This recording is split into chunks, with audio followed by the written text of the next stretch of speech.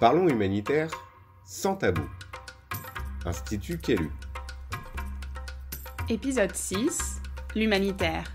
Une carrière comme une autre ? Je me voyais déjà en haut de l'affiche, en 10 fois plus gros que n'importe qui, mon nom s'étalait. Le monde humanitaire est plein de contradictions. L'objectif est de sauver des vies, mais on est souvent dépendant des bailleurs et de leurs intérêts économiques et politiques. On souhaite aider, mais on préfère souvent aller le faire dans un pays qui n'est pas le sien. On œuvre pour une bonne cause, mais on peut être amené à trahir ses collègues pour être promu. Comment ces contradictions vont-elles se refléter au sein d'une carrière humanitaire ? Est-ce que finalement c'est une carrière comme une autre ? Comme vous vous en doutez, la réponse n'est pas si évidente et cela va dépendre des paramètres que l'on prend en compte. J'ai eu la chance de recueillir les témoignages d'Anta, spécialiste de la protection de l'enfance, et d'Aurore, administratrice. Alors, est-ce que c'est possible de faire carrière dans l'humanitaire ? Au vu de la professionnalisation du secteur, je dirais que oui, au moins dans les grandes ONG.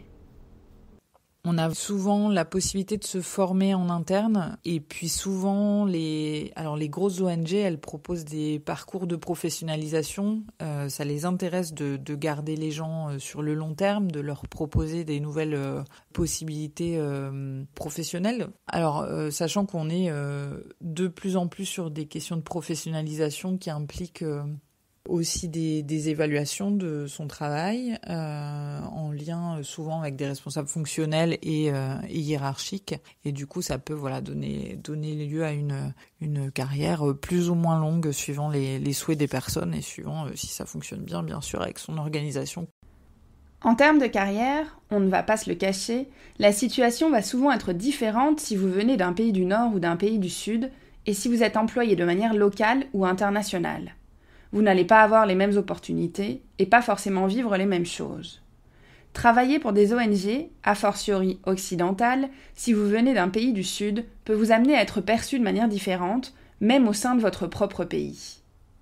Une des choses qui, moi, m'a particulièrement marquée, c'était, si vous voulez, cette position assez difficile à tenir pour nous autres staffs africains qui travaillons avec des communautés africaines. J'ai l'impression que cet aspect de cette position très ambiguë pour nous autres Africains, elle est encore à réfléchir. Souvent, nous sommes amenés à travailler sur des questions très sensibles, souvent liées à des pratiques traditionnelles que certains disent néfastes, avec des communautés qui sont les nôtres, mais en même temps où nous apportons une position qui est souvent vue comme celle, des positions occidentales, des positions des blancs, des toubabs, comme on dit ici. Et du coup, on peut être amené à être perçu un peu comme ces traîtres, qui ont un peu vendu leur âme à l'Occident et qui viennent poser des choses. Un exemple précis qui m'a moi particulièrement marqué parce que j'ai beaucoup travaillé sur les questions liées à l'excision, une mutilation génitale féminine, et je me souviens d'une mission en Gambie où avec l'agent communautaire avec laquelle j'étais allée faire une mission, rencontrer une communauté de femmes. Elles nous ont écoutés et puis au bout de 5 à 10 minutes, mais ça a été un clash très violent où elles nous ont quasiment reproché d'être complètement étrangères à leurs coutumes, à leur vécu, leur essence, j'allais dire leur existence, et qu'elles nous accusaient justement de ne pas savoir de ce dont on parlait. Et elles nous ont, si vous voulez, enlevé la légitimité de pouvoir parler à elles de ces choses-là. Pour dire que c'est souvent cette position en porte-à-faux que nous avons et que j'ai l'impression que nous avons à défendre 2 fois des choses. En tant qu'expatrié, vous pouvez également avoir à faire face à d'autres challenges qui peuvent s'avérer très compliqués. Il n'est pas rare d'être amené très rapidement à avoir d'immenses responsabilités, parfois même au-delà de vos compétences. Dans ce type de carrière, on peut très rapidement avoir des responsabilités très importantes.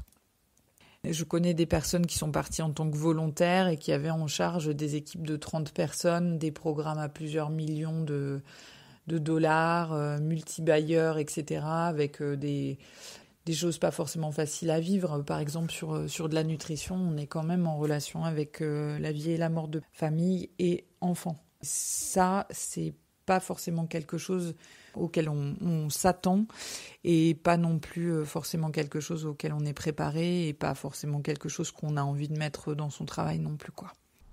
Une des choses peut-être qui nous différencie du monde de l'entreprise, en tout cas pour le monde des ONG que je dissocie sur ce sujet peut-être des Nations Unies, c'est la question des valeurs et d'une forme de militantisme. Il y a quand même peu de personnes, on va pas se le cacher, qui font ce métier-là pour de l'argent, etc. En général, il y a quand même une question de valeur derrière et d'implication dans son travail qui est importante. Le problème, c'est que le fait de travailler pour ces valeurs, dans des conditions difficiles et souvent au contact des plus démunis, peut provoquer plus de frustration et avoir un impact sur notre santé mentale, comme nous l'avions déjà évoqué dans un autre podcast avec Eva et Ars. C'est difficile parce que souvent on a cette frustration quand on est dans l'aide humanitaire de ne pas faire assez ou de ne pas faire assez bien ou de ne pas atteindre toutes les personnes qu'on aimerait atteindre, de ne pas pouvoir être en assistance, en support, en soutien par rapport aux besoins autour de soi. Et ça, je trouve que c'est une frustration personnelle assez grande. Ça va demander un investissement personnel, psychologique, mental, beaucoup plus fort que pour les autres secteurs. Mais une des plus grandes spécificités sans doute de ce type de travail, cela va être le poids qu'il va avoir sur notre vie personnelle et privée, et parfois l'impossibilité d'en avoir une et la nécessité de faire des choix. Ce n'est pas forcément une carrière comme les autres, tout à fait. Il faut quand même savoir, quand on s'engage, qu'il y a des choses sur lesquelles ça risque d'être difficile de faire la part des choses. Typiquement, la séparation entre la vie personnelle et la vie professionnelle. En dehors des personnes qui partent en couple éventuellement ou en famille, vos collègues, ça devient vos colocs et vous faites tout avec eux. Alors, quand ça se passe bien, c'est top. Mais après, effectivement, il y a toutes ces questions-là. J'ai souvent eu l'impression qu'on était amené à faire plus et souvent à faire des choix par rapport à notre vie personnelle.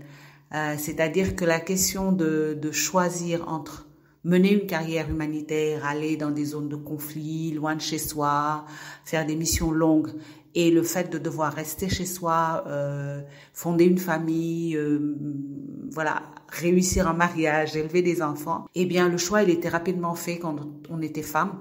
Et du coup, moi personnellement, j'ai eu à un moment donné de ma carrière cette frustration de devoir choisir et puis de devoir choisir de rester. Ça, je pense que c'est dur, pour les hommes, de mener ce genre de carrière, mais ça l'est encore plus quand on est une femme et quand on a envie d'avoir aussi, à côté d'une carrière dans le domaine humanitaire, d'avoir aussi une famille, d'élever aussi des enfants. Et malgré les difficultés de ce secteur, une profession qui peut être extrêmement enrichissante.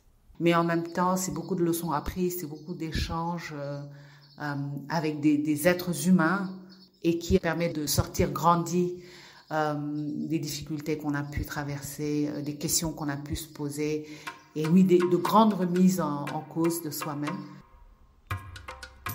Un grand merci à Anta et Aurore, et je vous dis à bientôt pour un nouvel épisode de Sans Tabou.